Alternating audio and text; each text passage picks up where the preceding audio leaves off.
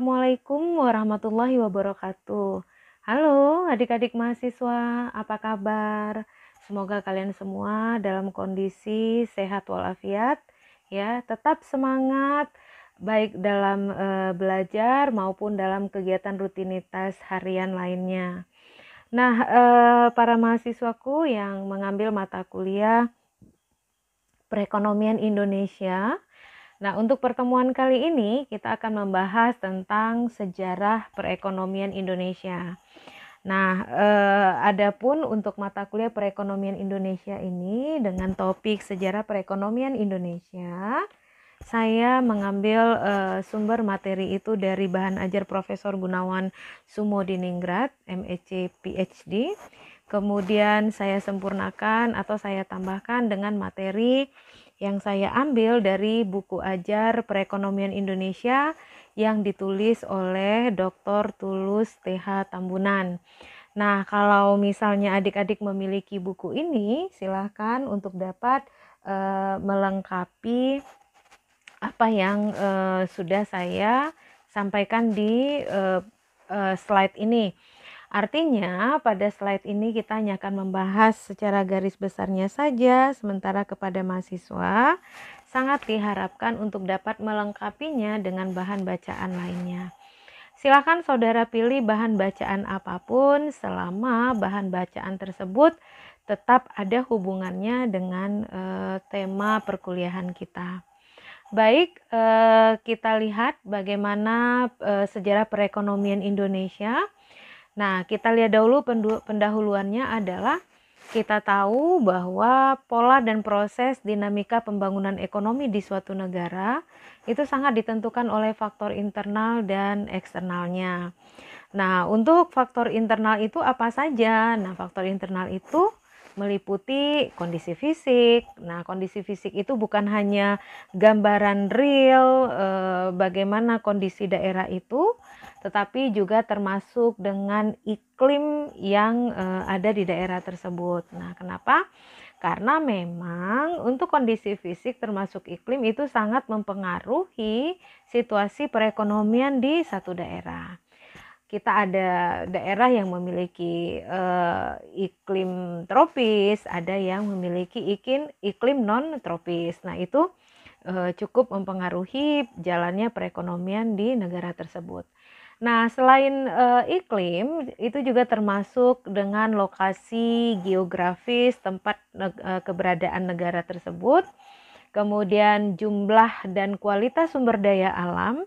Kenapa kualitas dan sumber daya alam ini menjadi salah satu faktor internal dan harus kita perhitungkan di dalam melihat perkembangan perekonomian sebuah negara, karena kita tahu bahwa sumber daya alam baik dalam sisi jumlah maupun kualitas itu sangat-sangat mempengaruhi jalannya perekonomian di negara tersebut.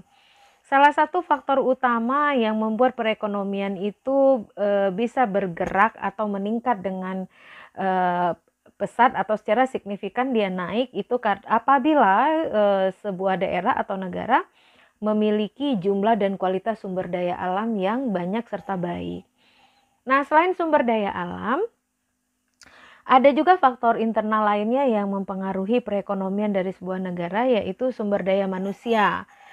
Nah, bagaimana sumber daya manusia yang dimiliki oleh sebuah negara itu akan mempengaruhi jalannya perekonomian negara tersebut. Kenapa? Karena perekonomian itu berjalan karena adanya pelaku ekonomi. Pertanyaannya, siapakah pelaku ekonomi? Pelaku ekonominya adalah manusia. Nah, oleh sebab itu, semakin pintar manusianya, maka perekonomian itu akan semakin berjalan secara efektif dan efisien, semakin pintar. Nah, apabila manusianya tidak memiliki skill yang baik, tidak memiliki ilmu yang cukup untuk menjalankan roda perekonomiannya, maka biasanya perekonomian itu akan berjalan lebih lambat dan bahkan bisa berada dalam kondisi stagnan. Nah, oleh sebab itu ketika kita membahas tentang faktor internal dari proses atau dinamika pembangunan itu, kualitas sumber daya manusia atau besarnya sumber daya manusia itu tetap harus diperhitungkan ya. Nah, semakin besar sumber daya manusia yang dimiliki, kemudian juga semakin berkualitas sumber daya manusia yang dimiliki, maka perekonomian di negara tersebut cenderung berjalan lebih baik. Ingat, jumlah penduduk itu merupakan modal dasar dari pembangunan. Nah, itu sudah pernah dibahas ketika adik-adik mahasiswa mengambil mata kuliah ekonomi pembangunan. Kemudian selain sumber daya manusia, kita juga bisa melihat kondisi awal ekonomi. Bagaimana sebuah negara itu kondisi awal ekonominya itu berjalan. Nah, kalau Indonesia, kondisi awal ekonomi kita itu akan kita lihat itu dimulai dari setelah masa penjajahan. Ya, setelah masa penjajahan. Jadi itu merupakan titik awal dari perekonomian kita. Bagaimana ketika kita di awal kemerdekaan menjalankan perekonomian kita dengan kondisi dari terjajah, kemudian kita merdeka, otomatis banyak hal-hal yang harus diselesaikan. Bukan hanya dari sisi politik, tapi juga dari sisi pertahanan dan keamanan. Dan semua itu akan sangat mempengaruhi perekonomian. Kemudian ada sosial dan budaya. Nah, sosial dan budaya juga mempengaruhi jalannya pembangunan ekonomi di sebuah negara. Kenapa? Semakin tinggi sosial dan budaya yang ada di sosial dan budaya yang dimiliki oleh masyarakat di sebuah negara, maka pembangunan ekonominya juga akan semakin baik. Kenapa? Karena sosial dan budaya itu ikut mengatur peradaban, ikut mengatur tingkah laku, kebiasaan dari masyarakat yang ada di suatu daerah, dan itu memiliki peranan penting dalam pembangunan ekonomi. Kemudian ada juga sistem politik. Nah, sistem politik itu selalu memegang peranan penting. Bahkan kita bisa katakan bahwa kenapa kita membahas sistem ekonomi dalam pembangunan ekonomi? Kenapa kita membahas sistem politik dalam pembangunan ekonomi? Karena memang ekonomi itu masuk di segala lini, dan bahkan dalam politik pun ekonomi itu memegang peranan penting. Nah, oleh sebab itu ketika kita membahas sistem politik yang berjalan di sebuah negara, itu juga sangat menentukan bagaimana perekonomian berjalan di negara tersebut ya. Jadi jangan memisahkan antara sistem politik dengan jalannya pembangunan ekonomi. Kenapa? Karena sistem politik menentukan siapa yang berkuasa di negara tersebut atau di daerah tersebut. Nah, biasanya kebijakan-kebijakan pembangunan termasuk juga kebijakan-kebijakan ekonomi sangat ditentukan oleh siapa yang menjalankan pemerintahan. Nah, oleh sebab itu sistem politik merupakan faktor internal yang ada di dalam pembangunan ekonomi. Nah, dari sistem politik, peranan pemerintah di dalam ekonomi. Nah, jadi itu tadi yang sudah saya jelaskan bahwa ketika sistem politik itu berjalan, maka terpilih siapa yang menjalankan pemerintahan, maka peranan pemerintah itulah yang akan berpengaruh dalam kegiatan ekonomi. Nah, kalau itu tadi kita membahas tentang faktor internal, maka sekarang kita melihat faktor eksternal. Faktor eksternal itu meliputi perkembangan teknologi, kondisi perekonomian, dan politik dunia, serta keamanan global. Nah, ini cukup berpengaruh ya, Dek.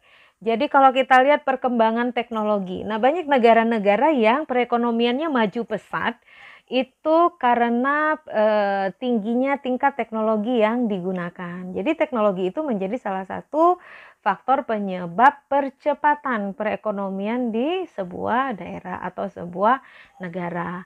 Nah, teknologi itu merupakan pengaruh dari luar gitu ya. Pengaruh itu dari luar, tapi bukan tidak mungkin bahwa teknologi itu pada akhirnya akan menjadi faktor internal. Tapi dalam hal ini karena kita membahas tentang kondisi atau ruang lingkup perekonomian Indonesia, kita tahu bahwa teknologi itu merupakan faktor eksternal karena memang kita mengadop teknologi itu dari luar gitu ya. Kemudian kondisi perekonomian negara atau kondisi perekonomian dunia serta politik dunia dan keamanan global itu juga ikut mempengaruhi perekonomian kita. Kenapa? Karena bagi perekonomian yang menjalin kerjasama dengan negara-negara luar itu akan sangat berpengaruh kepada kondisi dalam negeri. Apapun situasi yang terjadi pada dunia itu akan membawa pengaruh kepada negara itu sendiri gitu ya. Nah, untuk memahami sepenuhnya sifat dari proses dan pola pembangunan ekonomi di suatu negara serta kemajuan yang telah dicapainya selama kurun waktu tertentu, maka kita perlu meninjau atau melihat tentang bagaimana sejarah ekonomi dari negara itu sendiri ya. Nah, banyak penelitian yang dilakukan oleh para pakar ekonomi tentang proses berjalannya perekonomian yang juga sangat dipengaruhi oleh tadi sosial dan budaya. Kemudian ada juga kita lihat ya, negara-negara berkembang seperti Indonesia, India, dan Malaysia, perkembangan ekonominya itu tidak lepas dari pengaruh sistem ekonomi yang dianut oleh negara yang bersangkutan. Jadi sebenarnya Indonesia, India, dan Malaysia itu hanyalah merupakan merupakan contoh saja. Tapi sebenarnya kalau kita mau lihat semua negara-negara yang ada di dunia ini, perkembangan ekonominya itu sangat berpengaruh kepada sistem ekonomi yang dianut oleh negara yang bersangkutan. Nah, tentang sistem ekonomi ini akan kita bahas di pertemuan selanjutnya ya. Oke. Pengalaman Indonesia sendiri menunjukkan bahwa pada zaman pemerintahan Orde Lama, rezim yang berkuasa menerapkan sistem ekonomi tertutup atau inward oriented. Beda ya Dek, maksudnya dengan sistem ekonomi close ekonomi. Kalau close ekonomi, perekonomian tertutup itu artinya kita benar-benar tidak menjalin hubungan sedikit pun dengan negara luar. Tapi yang dimaksud di sini, sistem ekonomi tertutup itu adalah inward oriented, artinya kita bukan tidak mau untuk menjalin hubungan dengan negara luar, tapi pada saat di awal-awal berdirinya Republik Indonesia, kita lebih berorientasi ke dalam, bagaimana melaksanakan pembangunan di dalam negeri gitu ya, menciptakan kesejahteraan bagi masyarakatnya, kemudian memulihkan perekonomian, memulihkan kondisi masyarakat pasca terjadinya perang. Jadi maksud ekonomi tertutup di sini adalah kita lebih terfokus kepada pemulihan atau rehabilitasi di dalam negeri pasca Indonesia itu berdiri sebagai negara Kesatuan Republik Indonesia gitu ya. Jadi bukan close ekonomi loh. Kalau close ekonomi itu benar-benar tidak menjalin hubungan dengan negara luar. Nah, kalau ini kita bukannya tidak ingin menjalin, tetapi kita ingin melakukan dulu pembenahan di berbagai sisi, karena kita baru selesai dari pasca perang gitu ya. Jadi dia itu lebih berorientasi ke dalam ya, berorientasi ke dalam. Kemudian menerapkan sistem ekonomi tertutup atau inward oriented dan lebih mengutamakan kekuatan militer daripada kekuatan ekonomi. Nah, kenapa inward oriented ini melahirkan akhirnya melihat bahwa banyak analisis dari para ekonom menunjukkan bahwa kita lebih mengutamakan kekuatan militer pada saat itu. Nah, kalau kita lihat dari sejarah ya perjalanan Indonesia, kita merdeka pada tahun 1945. Nah, 49 itu kita masih mengalami agresi militer Belanda kedua. Kalau saya nggak salah itu sekitar tahun 1949. Nah, jadi wajar kalau pada saat itu kondisinya adalah lebih mengutamakan kekuatan militer, karena memang keamanan itu sangat-sangat berpengaruh kepada jalannya proses pengembangan pembangunan di sebuah negara. Nah, hal ini menyebabkan ekonomi nasional pada masa tersebut mengalami stagnasi. Kenapa? Karena memang pemerintah pada saat itu lebih mengutamakan kekuatan militer daripada kekuatan ekonomi. Sehingga pada masa tersebut selain mengalami stagnasi, pembangunan juga dapat dianggap praktis tidak ada. Jadi pada saat itu belum melaksanakan pembangunan, tetapi lebih kepada penguatan pertahanan dan keamanan ya. Nah, sejak sekarang kita lihat bagaimana sejarah perekonomian di Indonesia yang tidak terlepas dari sejarah bangsa itu sendiri gitu ya, tidak terlepas dari sejarahnya bangsa Indonesia. Kita tahu bahwa pada tahun 1596 itu kedatangan Belanda pertama sekali ke Indonesia, di mana armada Belanda itu dipimpin oleh Cornelis de Houtman yang datang dan berlabuh di Banten.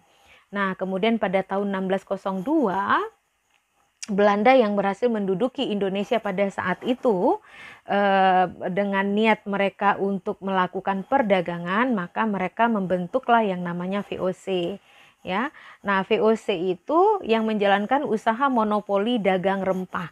Kenapa Belanda itu tertarik ke Indonesia? Karena memang kepulauan, gugusan kepulauan yang ada di Indonesia ini merupakan daerah yang kaya akan hasil alam. Kita memiliki tumbuh-tumbuhan yang sangat banyak. Mungkin karena Indonesia terletak pada wilayah tropis dan kita juga memiliki hutan hujan tropis, sehingga curah hujan itu berimbang dengan panas, sehingga kita memiliki banyak flora dan fauna, sehingga rempah-rempah itu tumbuh subur di Indonesia. Nah, itu yang menjadi daya tarik dari Belanda, karena memang Belanda itu perekonomiannya pada saat itu lebih mengutamakan kepada perdagangan ya.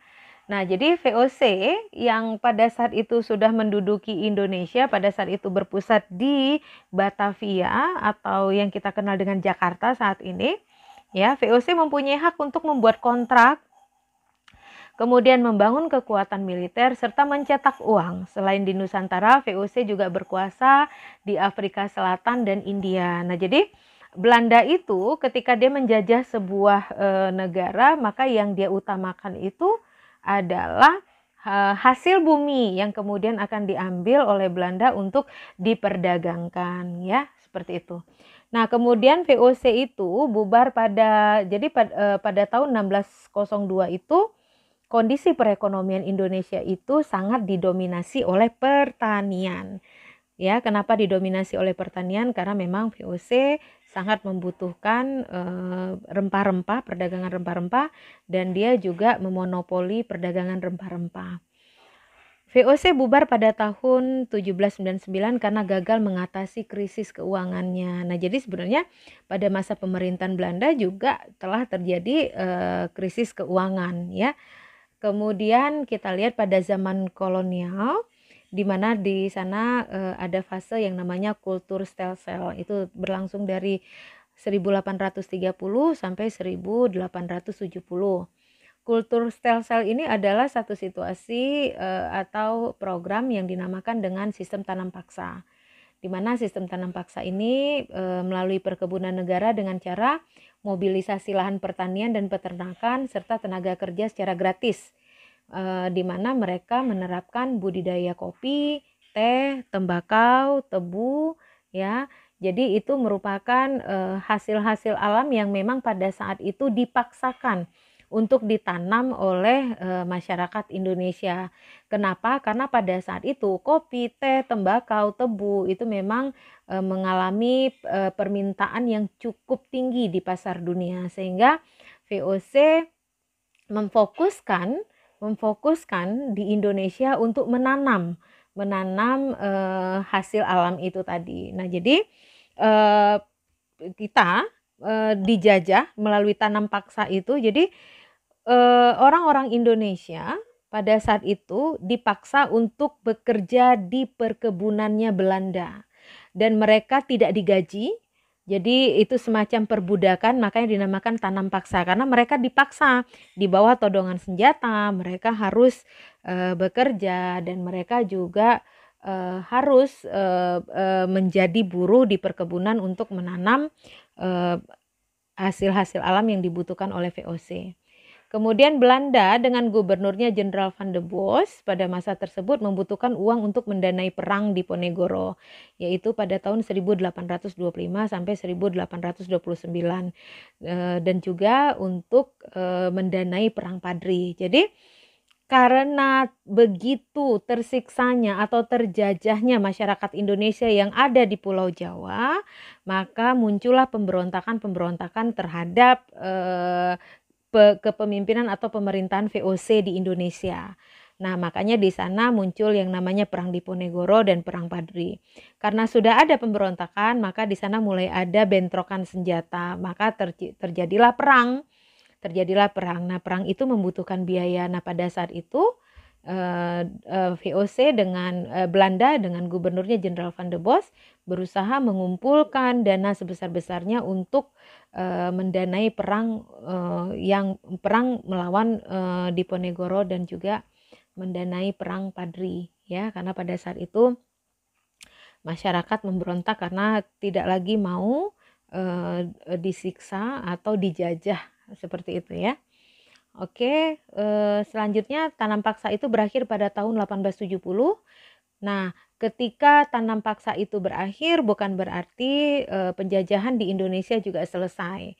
Berakhirnya tanam paksa, maka kita masuk kepada era yang baru, yaitu dimulailah zaman baru dalam bentuk kapitalisme kolonial, di mana kebun-kebun negara diambil alih oleh swasta dengan perjanjian sewa lahan sampai 75 tahun. Nah, di mana dengan perjanjian sewa lahan 75 tahun itu ternyata tetap juga merugikan masyarakat pribumi, ya, tetap merugikan masyarakat pribumi. Makanya kalau kita lihat dari sejarah, Belanda menjajah di Indonesia sebanyak 350 tahun gitu, ya, atau 3,5 abad. Nah, kemudian setelah itu selesai, maka ada yang namanya politik etis atau balas budi dipraktekkan di Hindia Belanda pada awal 1900-an. Fokusnya adalah irigasi, edukasi, dan transmigrasi. Nah, pada zaman politik ini, lembaga perkreditan rakyat mulai muncul, modalnya diawali oleh lumbung desa. Nah, setelah Indonesia merdeka atau setelah selesainya Perang Dunia Kedua, jadi VOC itu berkuasa di Indonesia, atau Belanda berkuasa di Indonesia itu sampai pada akhir Perang Dunia Kedua, ya, Perang Dunia Kedua apa Perang Dunia Pertama gitu, saya lupa karena saya bukan pengajar sejarah, tapi lebih kurang seperti itu. Nah, ketika Indonesia merdeka kemudian berakhirnya perang, maka itu di lembaga Persatuan Bangsa-Bangsa di Dunia, atau pada saat itu disebut United Nations Organization, itu mengharuskan adanya politik etis atau balas budi bagi negara-negara yang pernah menjajah negara yang lain. Jadi konsep politik balas budi ini adalah negara yang pernah menjajah negara lain diwajibkan untuk kembali ke negara bekas jajahannya, kemudian diwajibkan untuk melakukan perbaikan, ya. Perbaikan yang dilakukan itu fokusnya ada pada irigasi, edukasi, dan transmigrasi. Hal ini dilakukan dalam rangka untuk memulihkan perekonomian di daerah bekas jajahannya. Nah, pada masa itulah lembaga perkreditan rakyat mulai muncul, modalnya diawali oleh lumbung desa. Jadi masyarakat sudah mulai bertani, kemudian mereka membentuk kelompok-kelompok. Nah, kemudian mereka menyatukan hasil panen mereka, ya, yang dalam hal itu dikoordinir menjadi dalam bentuk lumbung desa. Nah, dari lumbung desa itu dananya dipakai untuk menyalurkan modal bagi petani-petani lain yang membutuhkan modal. Nah, itulah akhirnya cikal bakal munculnya lembaga perkreditan rakyat. Nah, kalau dari cerita tentang versi Richard Robinson dalam bukunya The Rise of Capital 1986, Robinson mencatat bahwa pada tahun 1930-an seluruh perkebunan Hindia Belanda mencapai luas hampir 3,8 juta hektar, di mana ekspornya senilai 1,6 miliar gulden. Nah, kalau lihat kondisi besarnya seperti ini pada era 1930-an, otomatis kita bisa lihat bahwa masyarakat pribumi akan ikut merasakan hasil atau dampaknya, ya kan, akan merasakan ikut menikmati hasil perkebunan tersebut. Tetapi kenyataannya adalah Dari penerimaan Hindia Belanda yang sekitar 670 juta gulden, hanya sekitar 3,6 juta gulden atau 0,54% yang diterima oleh 59,1 juta warga pribumi. Ya, hanya 59,1 juta warga pribumi yang menikmati 0,54% atau sekitar 3,6 juta gulden. 3,6 juta gulden dengan 59,1 juta. Bisa bayangkan hanya berapa yang bisa dinikmati oleh masyarakat pribumi. Kemudian warga Tionghoa sebanyak 1,3 juta orang pada saat itu mendapatkan 0,4 juta gulden. Warga Tionghoa ini termasuk salah satu motor penggerak perekonomian di Indonesia, karena memang warga Tionghoa itu mereka melakukan perdagangan, mereka buka toko, mereka lakukan perdagangan dengan menggunakan sepeda door to door gitu ya. Nah, jadi warga Tionghoa yang pada saat itu berjumlah 1,3 juta orang mendapatkan 0,4 juta gulden. Artinya orang Belanda dan kulit putih yang pada saat itu berjumlah 241.000 jiwa itu menerima 665 juta gulden atau sebesar 99,4%. Nah, bayangkan pada saat 1930 itu bagaimana masyarakat pribumi tetap tidak merasakan kesejahteraan, padahal tanah yang diambil itu adalah tanah kita, ya kan? Nah, seperti itu. Jadi itulah yang dirasakan oleh masyarakat pribumi pada saat itu. Nah, kemudian kita lihat pada masa kemerdekaan, ya. Masa kemerdekaan itu berarti kita mulai memasuki periode Orde Lama. Permasalahan yang dihadapi pada masa kemerdekaan adalah masalah hiperinflasi. Kenapa hiperinflasi? Hiperinflasi itu artinya inflasinya sudah tinggi ya, di atas 2 digit itu udah berapa gitu. Nah, kenapa terjadi hiperinflasi? Karena memang pada saat itu kondisi kita belum stabil. Pada awal-awal kemerdekaan kondisi kita belum stabil ya, jadi itu yang membuat hiperinflasi itu terjadi.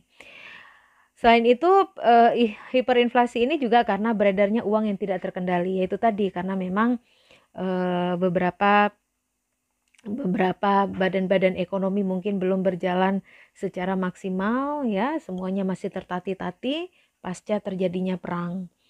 Terdapat 3 jenis mata uang pada saat itu. Ada uang keluaran The Javas Bank, kemudian ada uang pendudukan Jepang, dan ada mata uang Hindia Belanda. Nah, karena memang sesudah tahun 1945 itu sesudah Belanda pergi menjelang 1945 itu sekitar tahun 1942 apa 41 gitu, itu Jepang masuk ke Indonesia gitu ya. Jepang masuk ke Indonesia, maka bergantilah penjajahan kita itu dari Belanda ke Jepang gitu ya. Kemudian pada Juli 1946 rakyat diminta menyetor uang ke bank tabungan pos yang akan dipinjam pemerintah dan sekaligus sebagai bukti dukungan kepada pemerintah yang baru merdeka. Pada saat itu terkumpullah uang sebesar 500 juta. Jadi 500 juta itu yang dipakai oleh pemerintah sebagai modal awal pembangunan. Jadi itu merupakan modal yang berasal dari dalam negeri ya. Itu pada Juli 1946 gitu ya. Nah, tahun 1968 diterbitkan Undang-Undang Nomor 86 tentang nasionalisasi perusahaan milik Belanda di Indonesia. Nah, pada saat itu semua perusahaan-perusahaan milik Belanda itu dijadikan perusahaan milik negara atau dijadikan perusahaan milik Indonesia. Tetapi nasionalisasi itu berdampak pada merosotnya pasar modal. Kenapa? Karena perginya para investor Belanda dan merosotnya kepercayaan kepada bursa Indonesia karena hiperinflasi.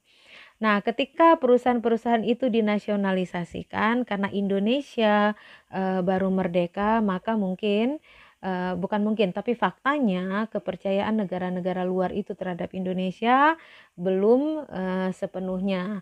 Sehingga ketika itu dinasionalisasikan, maka saham kita di pasar modal merosot.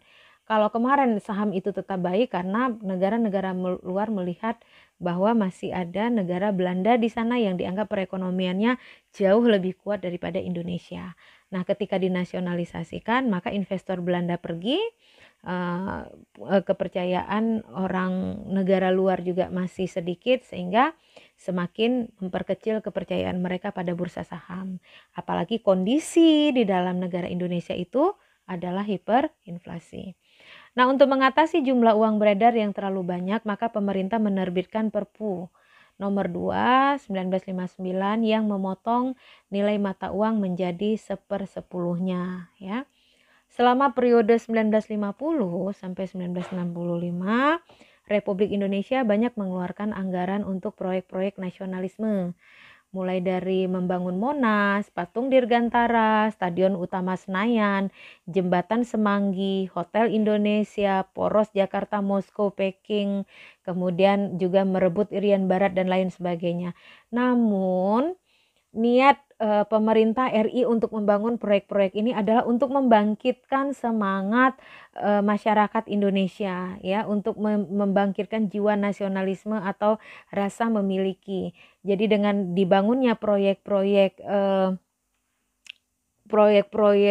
agung atau proyek-proyek apa ya, untuk menunjukkan bahwa Indonesia ini sudah mulai membangun gitu ya, dan itu dipaksakan. Kenyataannya ketika proyek-proyek itu dilakukan terjadi inflasi sampai 3 digit. Nah, mungkin itulah kondisi pada saat itu yang menyebabkan Indonesia dalam kondisi hiperinflasi, karena memang pemerintah memfokuskan pembangunan itu bukan pada pembangunan yang produktif, tetapi lebih kepada untuk prestise, ya. Prestise yang dimaksud di sini adalah prestise dalam rangka meningkatkan nasionalisme dari masyarakatnya. Oke, kita lihat kemudian bagaimana kondisi Indonesia pada periode Orde Lama yang berlangsung dari 1945 sampai 1966. Kita tahu tidak semuanya kondisi Orde Lama itu buruk, tapi ada juga beberapa keberhasilan Orde Lama yang kemudian menjadi tolok ukur untuk pembangunan Indonesia di tahap selanjutnya. Yang pertama adalah keberhasilan Indonesia pada penyelenggaraan KTT Asia Afrika tanggal 20 sampai 24 April 1955 di Bandung, kemudian Asian Games keempat dilaksanakan di Jakarta pada tahun 1962. Makanya pada saat itu berusaha dibangun Stadion Utama Senayan, ya. Kemudian juga dibangun Monas, dibangun fasilitas lain karena mungkin untuk persiapan penyelenggaraan KTT dan juga Asian Games. Karena itu mendatangkan orang luar ke Indonesia. Jadi harapannya ketika masyarakat luar negeri itu masuk ke Indonesia, mereka akan lihat perkembangan Indonesia. Sehingga itu memunculkan rasa kepercayaan negara luar terhadap Indonesia. Sehingga diharapkan mereka bisa dan mau bekerja sama dengan Indonesia. Nah, jadi ketika mereka datang sendiri ke Indonesia, melihat bagaimana Indonesia bangkit, melihat bagaimana kondisi infrastruktur di Indonesia sudah berjalan dengan baik, terutama pada saat itu di ibu kota negara yaitu di Jakarta, maka itu akan memunculkan efek positif kepada kepercayaan masyarakat luar terhadap Indonesia. Kemudian pembangunan infrastruktur seperti TVRI, Jembatan Semanggi, Hotel Indonesia, jalanan utama seperti Tamrin Sudirman dan Gatot Subroto. Serta menjadi tuan rumah pada Games of the Emerging Force atau Ganevo pada tahun 1963. Nah, dari sisi kemandirian bangsa, kita melihat bahwa dalam sidang umum ketiga MPRS pada bulan April 1965, Bung Karno melancarkan program berdiri di atas kaki sendiri atau berdikari. Nah, pada saat itu harus dilakukan mengingat Indonesia itu ditolak hutangnya oleh IMF, ya. Kemudian kenapa IMF menolak? Karena Indonesia pada saat itu menyatakan sikap untuk keluar dari PBB. Pada saat itu Indonesia keluar dari PBB. Pada saat itu memang ada sedikit masalah, Indonesia harus pergi dari PBB, ya. Jadi mengakibatkan sebagai hukuman atau sanksi bagi Indonesia, maka Indonesia tidak mendapatkan bantuan pinjaman dari IMF. Nah, IMF ini pendonor utamanya adalah Belanda, ya, International Monetary Fund. Apa kekurangan Orde Lama? Kekurangan Orde Lama itu adalah keluarnya Indonesia dari PBB pada tanggal 7 Agustus 1964, kemudian terbengkalainya perekonomian Indonesia, inflasi sampai dengan 650% pada saat itu, pada era 1960-an, kemudian situasi politik dalam negeri yang tidak menentu karena lebih memikirkan urusan politik luar negeri, ya. Nah, jadi kalau kita analisa sekarang, mungkin pada saat itu kenapa pemerintah lebih mengutamakan urusan politik luar negeri, karena memang kita mengejar tujuan utama untuk mendapatkan kepercayaan dari luar negeri, ya. Artinya ketika kita sudah merdeka, maka harus ada yang mengakui kedaulatan negara kita. Nah, sehingga kenapa mungkin pada saat itu pemerintah lebih mengutamakan politik luar negeri, karena memang itu dilakukan dalam upaya untuk menggaungkan bahwa negara Republik Indonesia ini sudah ada, sudah merdeka, dan kita merupakan negara yang berdaulat, dan itu menumbuhkan kepercayaan negara-negara luar kepada Indonesia, ya. Oke. Akhir dari Orde Lama adalah yang terjadi kondisi internal atau di dalam negeri. Dengan kondisi yang seperti itu, inflasi sampai 650% gitu ya, itu memunculkan situasi bergejolak di dalam negeri.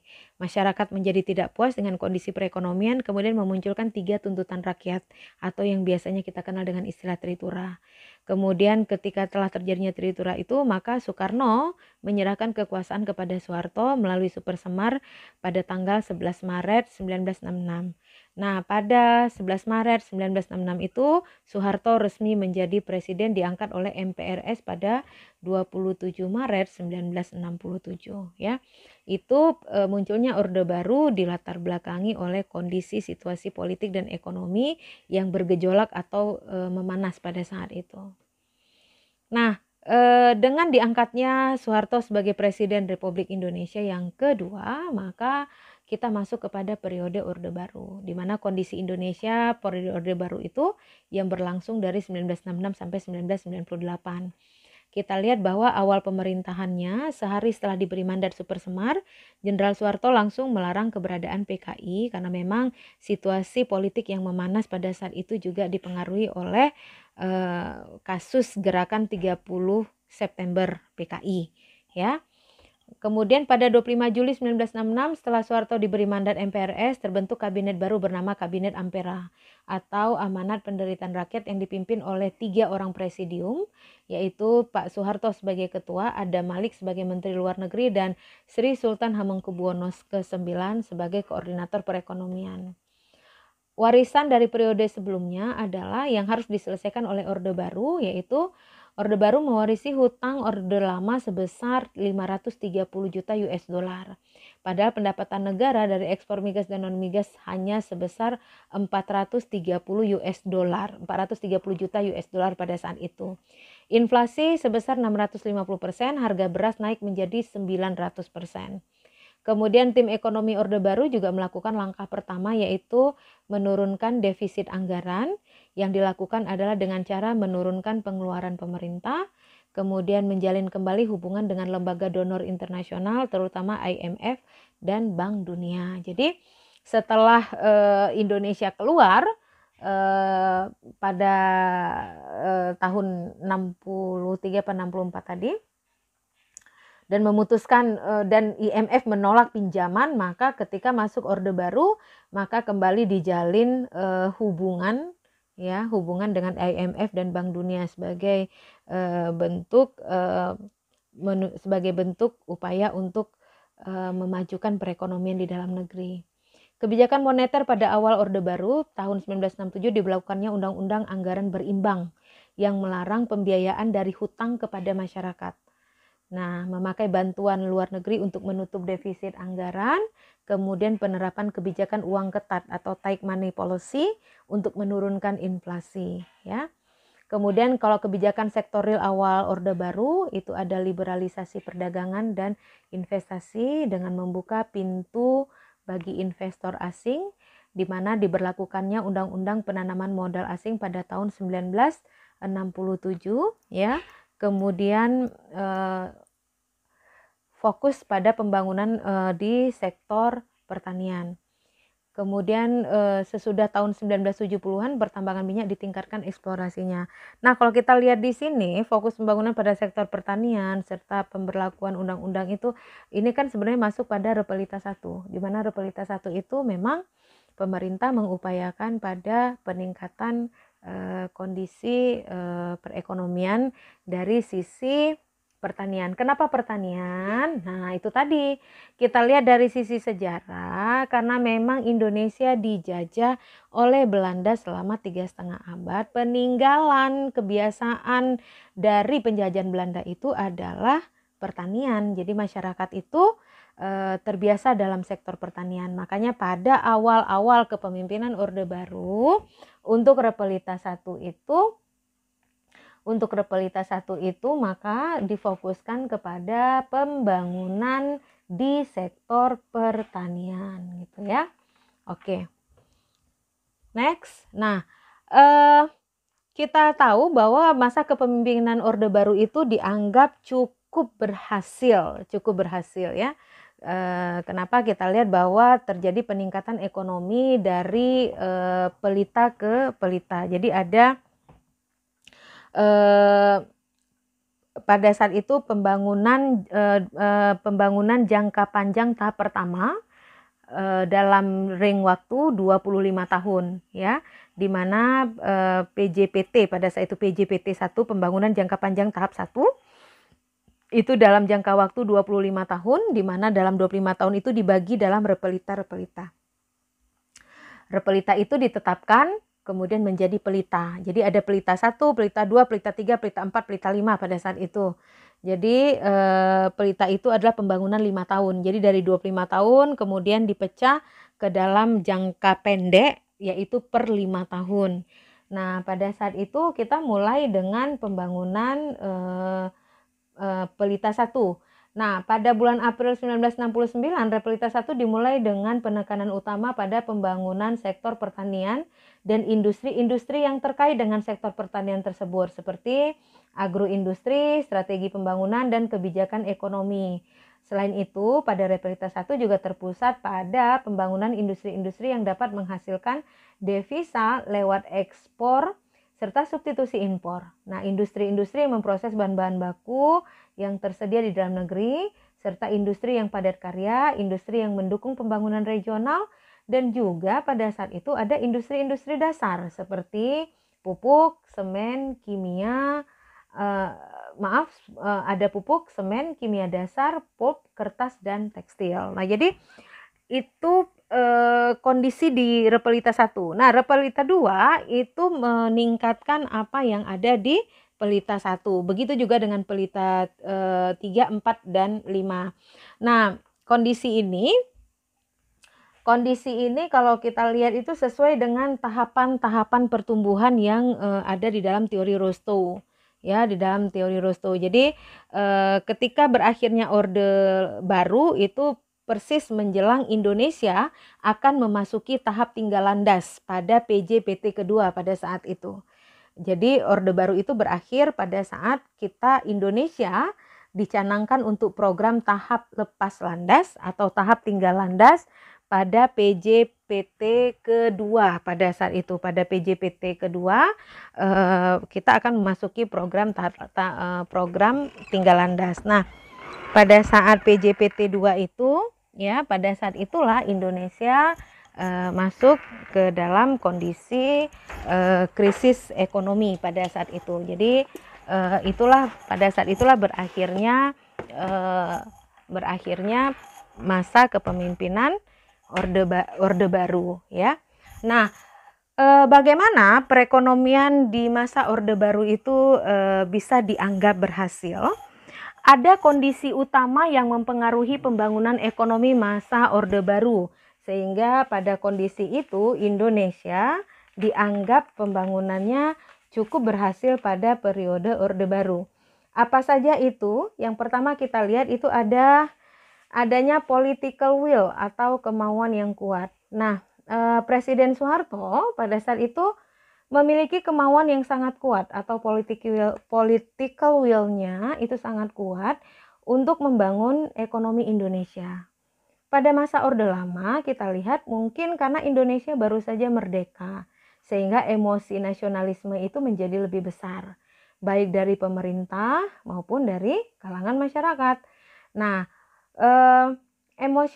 emosi nasionalisme itu masih sangat tinggi, dan yang ingin ditonjolkan pertama sekali kepada kelompok negara-negara barat adalah bagaimana kebesaran bangsa Indonesia dalam bentuk kekuatan militer dan juga pembangunan proyek-proyek mercusuar ya.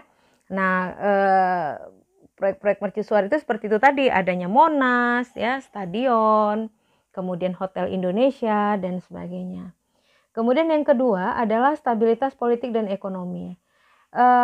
Di sini yang dimaksud dengan stabilitas politik dan ekonomi itu kondisinya adalah pemerintahan Orde Baru berhasil dengan baik menekan tingkat inflasi dari sekitar 500% pada tahun 1966 atau 650 ya, antara 500-650% menjadi hanya sekitar 5% hingga 10% pada awal dekade 1970-an. Pemerintah Orde Baru juga berhasil menyatukan bangsa dan kelompok-kelompok masyarakat, serta meyakinkan mereka bahwa pembangunan ekonomi dan sosial adalah jalan satu-satunya agar kesejahteraan masyarakat di Indonesia dapat meningkat. Kemudian kita lihat faktor yang ketiga, kenapa pada masa Orde Baru itu bisa berjalan dengan sangat baik, yaitu faktor sumber daya manusia yang lebih baik. Nah, seperti yang kita bahas tadi, bahwa dengan sumber daya manusia yang semakin baik, pemerintahan Orde Baru memiliki kemampuan untuk menyusun program dan strategi pembangunan dengan kebijakan-kebijakan yang terkait, serta mampu untuk memanage ekonomi makro secara lebih baik. Kemudian yang keempat itu adalah sistem politik dan ekonomi terbuka yang western oriented. Nah, kalau kita lihat dari faktor yang keempat ini, pemerintahan Orde Baru menerapkan sistem politik dan ekonomi terbuka yang western oriented. Kenapa hal itu dilakukan? Hal ini dilakukan karena dianggap sangat membantu khususnya dalam mendapatkan pinjaman luar negeri, penanaman modal asing, dan transfer teknologi serta ilmu pengetahuan. Makanya pemerintah melakukan western oriented. Nah, yang terakhir, kondisi terakhir adalah kondisi ekonomi dan politik dunia yang lebih baik. Nah, pada saat perkembangan Indonesia dari awal kemerdekaan sampai Orde Baru itu ada satu kondisi yang disebut dengan oil boom.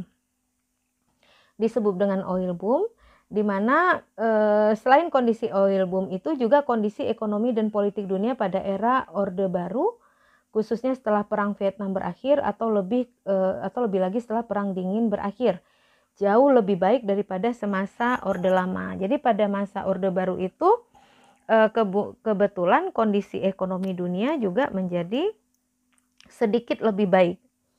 Nah, itu mungkin yang menjadi faktor keuntungan dari pembangunan ekonomi di masa era Orde Baru ya. Oke, selanjutnya kalau kita lihat garis besar perjalanan pembangunan Indonesia, kita bisa rangkumkan seperti berikut. 1945 sampai 49 itu Indonesia lebih fokus kepada mempertahankan kemerdekaan. 1950 sampai 1960 pembangunan infrastruktur politik.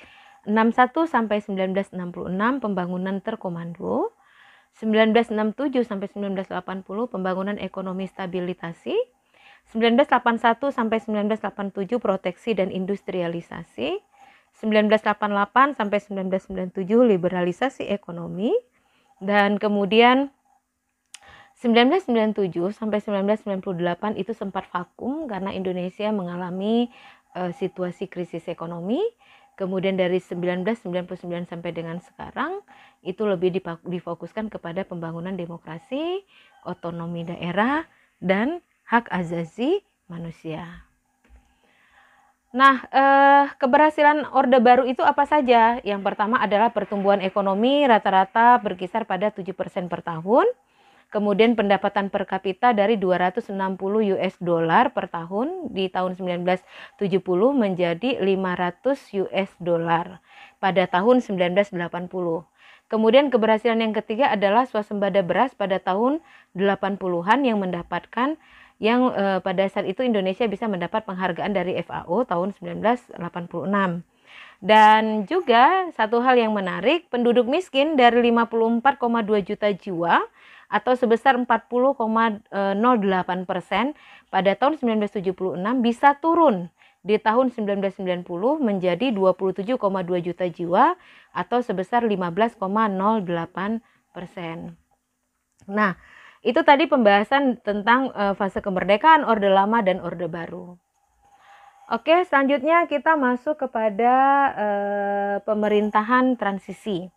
Nah, pada masa pemerintahan transisi ini situasi perekonomian Indonesia masuk pada masa krisis yang tadi ya, masuk kepada fase krisis atau yang biasa kita kenal dengan istilah krisis moneter yang diawali pada bulan Juli 1997, di mana kondisi nilai rupiah terus melemah. Sehingga untuk menstabilkan ekonomi, maka Indonesia menerima bantuan dari IMF dalam bentuk paket program pemulihan ya, atau bentuk paket program pemulihan ekonomi. Nah, dalam menerima bantuan paket ini sebenarnya banyak masalah yang muncul. Ya, mungkin masalah yang terjadi adalah ketidaksesuaian persyaratan yang diajukan oleh IMF dengan kondisi ekonomi Indonesia, sehingga pemerintah Indonesia pada saat itu sempat menolak gitu. Tapi karena kondisi Indonesia yang terus memburuk ya, akhirnya Indonesia menerima bantuan IMF. Pada akhirnya Indonesia menerima. Nah, pada saat kondisi krisis ini bukan hanya Indonesia saja sebenarnya, tapi kondisi krisis itu juga terjadi di Thailand, Korea Selatan, Filipina, dan Malaysia. Nah, alasan pada akhirnya Indonesia mau menerima bantuan IMF adalah yang pertama, karena krisis ekonomi yang menjelma menjadi krisis kepercayaan di Indonesia.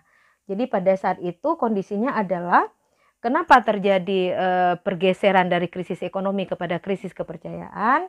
Itu disebabkan karena berbeda kondisi Indonesia dengan kondisi krisis yang terjadi di Thailand, kemudian juga Korea Selatan, Filipina, dan Malaysia.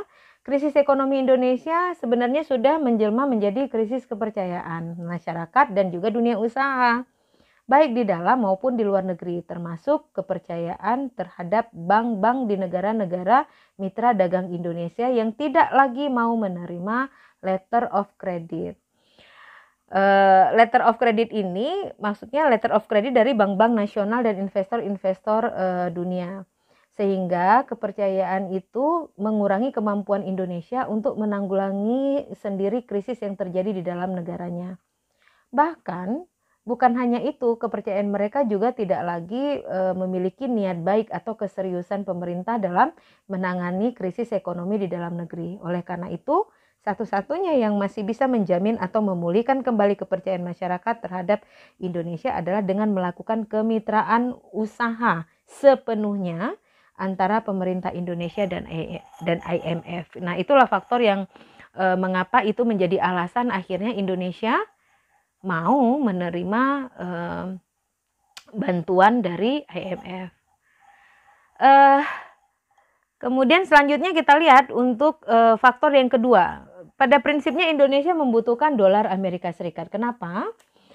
Pada awal tahun 1998, kebutuhan itu diperkirakan sebesar 22,4 miliar dolar Amerika Serikat atau rata-rata 1,9 miliar dolar Amerika Serikat per bulan. Sementara pada saat itu posisi cadangan devisa bersih yang dimiliki Bank Indonesia hingga awal Juni 1998 hanya sebesar 14,621 juta dolar Amerika Serikat.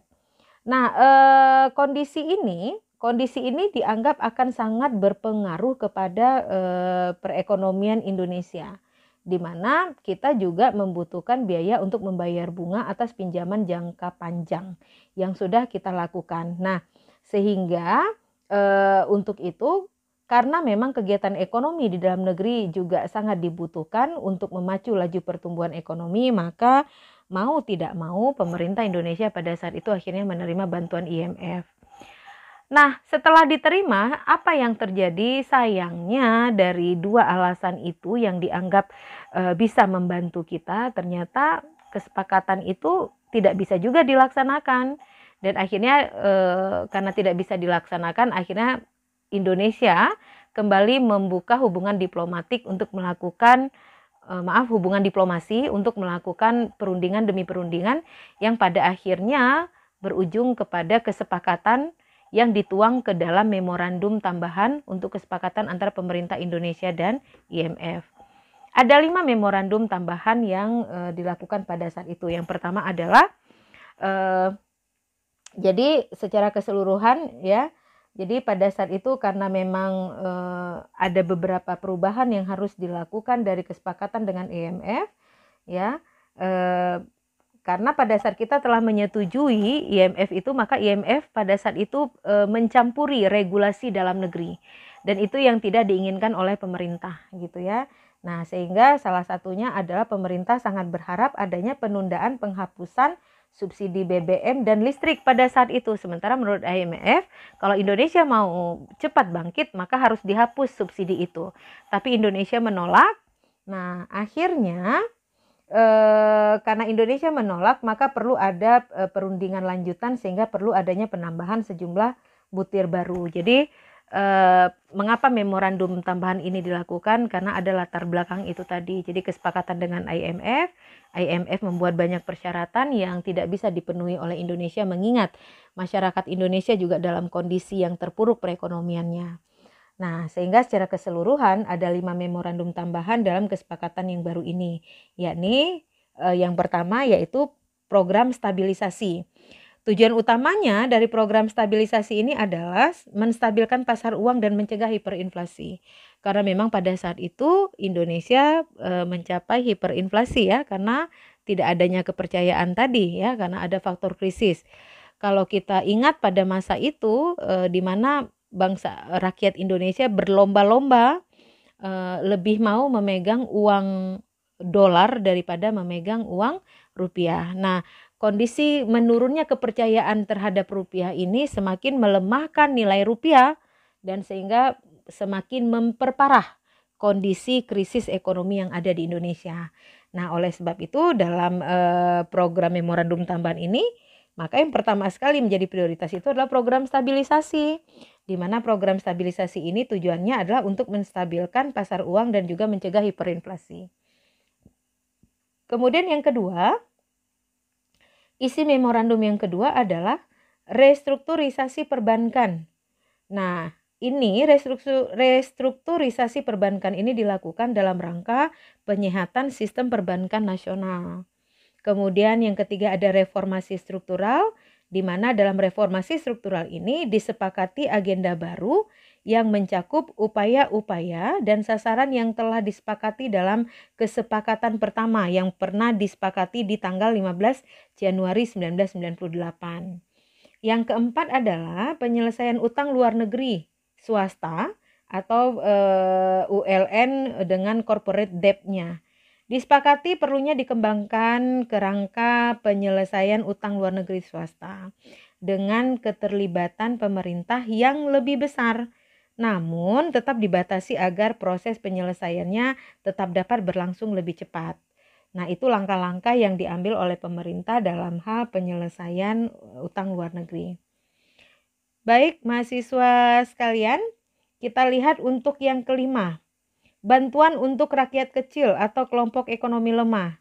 Nah, dalam bantuan untuk kelompok ekonomi lemah ini, penyelesaian utang luar negeri swasta dan bantuan untuk rakyat kecil menjadi dua hal yang kalau kita lihat sebenarnya sudah ada di dalam kesepakatan pertama di Januari,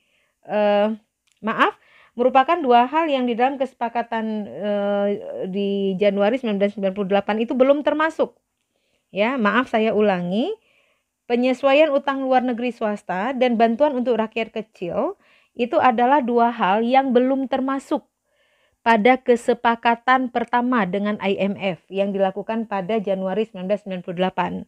Makanya perlu dipertegas untuk dimasukkan ke dalam memorandum tambahan ya. Baik mahasiswa sekalian, untuk yang terakhir kita akan lihat masa reformasi. Nah, masa reformasi ini adalah masa setelah krisis. Kita tahu bahwa berakhirnya Orde Baru dengan turunnya Presiden Soeharto dari Presiden Republik Indonesia, turunnya Bapak Soeharto sebagai Presiden Republik Indonesia. Kemudian pada saat itu kita masuk kepada fase masa transisi ya. Dengan berbagai macam permasalahan pada masa transisi itu, yang pasti ciri-ciri mencoloknya adalah di mana pada saat itu mata uang rupiah terdepresiasi terhadap mata uang dolar, atau dengan kata lain rupiah sangat melemah terhadap dolar. Dan pemicu utamanya sebenarnya itu adalah karena krisis kepercayaan, di mana pada saat itu masyarakat lebih percaya untuk memegang uang dolar daripada memegang rupiah. Nah, kemudian setelah masa transisi kita masuk kepada masa reformasi. Pada waktu NKRI dilanda krisis ekonomi, lahir gerakan reformasi sebagai responsif dan koreksi terhadap Orde Baru. Adapun agenda reformasi antara lain sebagai berikut. Yang pertama adalah memaktubkan amandemen Undang-Undang Dasar 1945, kemudian penghapusan dui fungsi ABRI, kemudian adanya penegakan supremasi hukum, penghormatan atas hak asasi manusia atau HAM, dan pemberantasan korupsi, kolusi, dan nepotisme atau KKN. Nah, ini terjadi karena memang kondisi ekonomi kita pada saat itu, mungkin kalau saudara ingat ada isu-isu tentang sekelompok orang yang menguasai perekonomian Indonesia, di mana sekelompok orang itu dalam bentuk kekeluargaan ya. Makanya di sana kita mengenal isu KKN. Kemudian tentang penegakan supremasi hukum, penghapusan dui fungsi ABRI, mungkin itu bukan mungkin tetapi itu merujuk kepada masa transisi ketika mahasiswa, masyarakat berdemo, banyak mengalami kekerasan, banyak mengalami pelanggaran hak asasi manusia, sehingga pada masa reformasi dilakukanlah agenda reformasi yang termaktub di dalamnya juga penegakan supremasi hukum, penghormatan hak asasi, dan pemberantasan KKN. Kemudian yang keempat adalah desentralisasi dan hubungan yang adil antara pusat dan daerah melalui penyelenggaraan otonomi daerah. Kemudian mewujudkan kebebasan pers, artinya pada saat itu pers diberikan ruang seluas-luasnya untuk bisa mengakses informasi agar bisa memberikan edukasi kepada masyarakat. Edukasi yang informatif kepada masyarakat sehingga masyarakat tahu kondisi yang dihadapi sebenarnya. Kemudian mewujudkan kehidupan demokrasi di mana pada saat itu pada masa Orde Baru mungkin kejadian-kejadian seperti ini ya, tidak adanya kebebasan pers, kemudian kehidupan demokrasinya juga tidak berlangsung sebagaimana mestinya, maka pada masa reformasi itu menjadi tuntutan dari masyarakat. Nah, ini adalah agenda-agenda reformasi yang mungkin belum terselesaikan sampai sekarang. Tapi meskipun begitu bukan tidak terselesaikan sama sekali, ya, bukan tidak terselesaikan sama sekali, tapi mungkin masih tetap menjadi PR atau pembahasan ke depan. Karena yang namanya permasalahan di sebuah negara itu akan terus ada selama negara itu bergerak ke arah yang lebih maju gitu ya. Nah, begitulah yang kondisi yang dihadapi juga dengan kondisi perekonomian di Indonesia. Bagaimana kita lihat perbandingan perekonomian yang ada sekarang dengan perbandingan ekonomi di masa yang lalu. Nah, bagaimana dengan kondisi pembangunannya? Nah, dari masa reformasi itu kita lihat bahwa upaya perwujudan tujuan bernegara yang tertuang dalam pembukaan Undang-Undang Dasar 1945 sangat diharapkan dilaksanakan melalui pembangunan. Jadi isi yang ada dalam UUD 1945 itu dapat diaplikasikan melalui pembangunan. Yang sasaran utamanya adalah penanggulangan kemiskinan.